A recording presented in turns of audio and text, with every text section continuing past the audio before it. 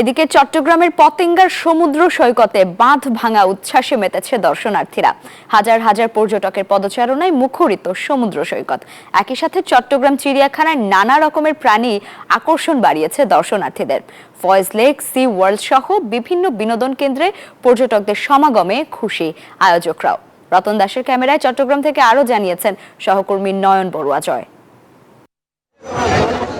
চট্টগ্রামের পতেঙ্গার সমুদ্র সৈকত যেন সেজেছে অপরূপ সাজে। তাই ঈদের কয়েকদিনের ব্যস্ততা শেষে এবার দর্শনার্থীরা নেমেছে সাগরের নোনা জলের সাথে মিতালি গর্তে পতেঙ্গা সমুদ্র সৈকতে। বান্ডেল থাকলে প্রতি সেনমানিতে টাকা বাঁচবে। বিকাশ সেনমানি বান্ডেল কিনে জিতুন প্রতি লেনদেনে। কিশোর কিশোরী থেকে শুরু করে বিভিন্ন বয়সের নারী পুরুষ আনন্দে মেতেছেন সৈকতে।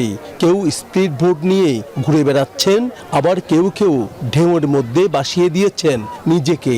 অনেক সুন্দর লাগছে, ফ্যামিলিকে নিয়ে সবাইকে নিয়ে আনন্দ করতে এসেছে। খুবই সুন্দর লাগছে, সানসেট আছে, সুন্দর লাগছে।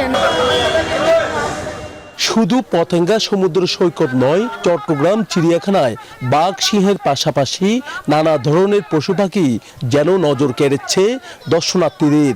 নতুন করে যোগ হয়েছে জলহস্তী সহ নানা ধরনের পশু পাখি। তাই ঈদ উৎসবে চিড়িয়াখানায় বেড়েছে দর্শনার্থীদের আগমন। এখানে মানুষের প্রধান আকর্ষণ থাকে বাঘ, যেহেতু বাঘের সংখ্যা চট্টগ্রাম চিড়িয়াখানা অনেক বেশি। সবকিছু মিলাই পাহাড় ঘেরা পরিবেশ সবকিছু মিলে মানুষের আসার আগ্রহটা বেশি। বাঘ দেখছি, তারপর হরিণ দেখছি। এইদিকে ফয়েজ লেক সি ওয়ার্ল্ডে শিশু কিশোর কিশোরী থেকে বিভিন্ন বয়সের নারী পুরুষ সবাই সেখানে আনন্দে মেতেছেন। শিশু থেকে শুরু করে বৃদ্ধ পর্যন্ত সব বয়সী মানুষের মিলন মেলায় পরিণত হয় নগরীর এই বিনোদন কেন্দ্র। পর্যটকদের আগমনে খুশি ফয়েজ লেক কর্তৃপক্ষ। অত্যাধুনিক রাইড, এগুলো বাংলাদেশে প্রায় প্রথম বলা যায়। এইটা ঈদকে ঘিরে দর্শনার্থীর জন্য মূলত আমাদের মূল আয়োজন। এটা একা আসলে যতটা না মজা হয়, পরিবার পরিজন আত্মীয় স্বজন বন্ধু বান্ধবদের সাথে আসলে আনন্দটা আরো দ্বিগুণ হয়ে যায়।